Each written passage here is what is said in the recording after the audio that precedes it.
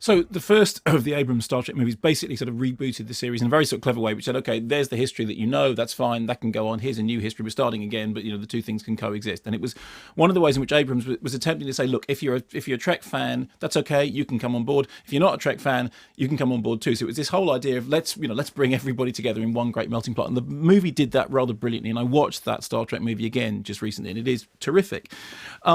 In that interview, he said, and it's very, very significant, he said, it had to work in terms of the characters, it had to work in terms of the intimacy, it had to work in terms of the comedy. Those are the things that have to happen. And you do get all those things.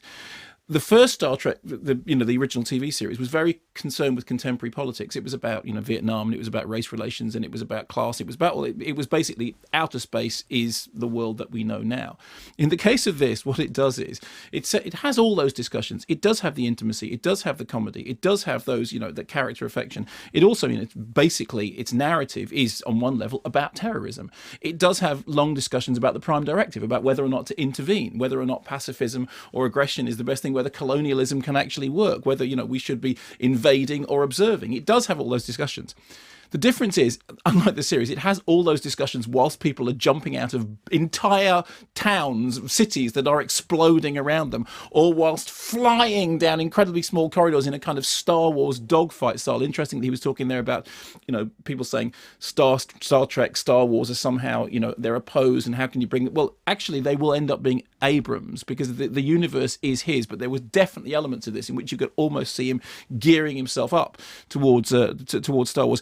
And so it's a movie that starts with Spock in a volcano and then goes up from there. It's a movie that starts with the heroes jumping off a cliff and then goes up from there. And it moves at such a pace.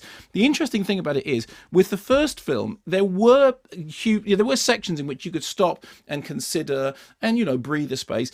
In this, you kind of get the sense that they never want that to happen, because if the narrative stops for long enough, you'll go, hang on a minute. The Enterprise is underwater because what? Flying within atmospheres is okay because what? He's done what with the missiles? But you don't. And the reason you don't is because the film's going like this. It's like running straight forward. It's this great big sort of spectacular, and it does look absolutely brilliant.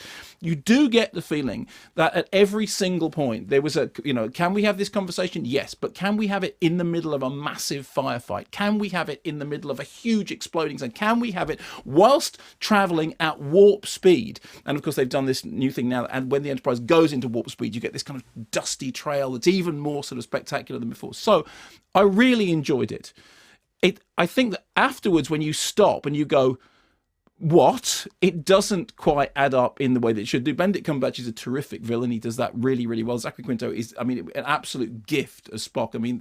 Man was born to play that role and does it so brilliantly. And of course, at the centre of it, you do have that strange sort of homoerotic tension between Kirk and Spock, which does work between his logic, between Spock's sort of logic cold, and then Kirk on the other hand being terribly passionate, terribly hot-blooded. And this starts at the beginning with this, when he's in the volcano, and this conversation about, shall we save you or shall we reveal ourselves to other civilizations who are not yet advanced enough to see a spaceship?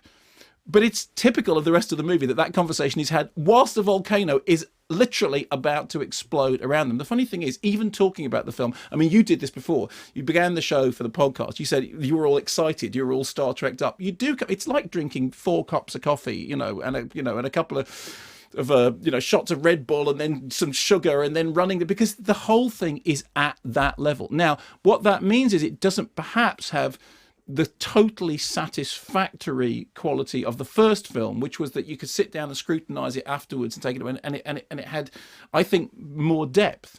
What this has is a lot of surface, but what surface? And of course, it's a lot of surface which is covered in lens flare. The film looks beautiful. It's interesting him talking about the 3D there, and I think I prefer the 2D.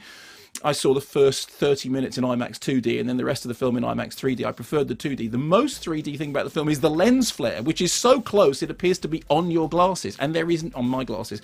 There is not a shot in the movie that is not lens flare-tastic. But I really enjoyed it. It was a really good romp.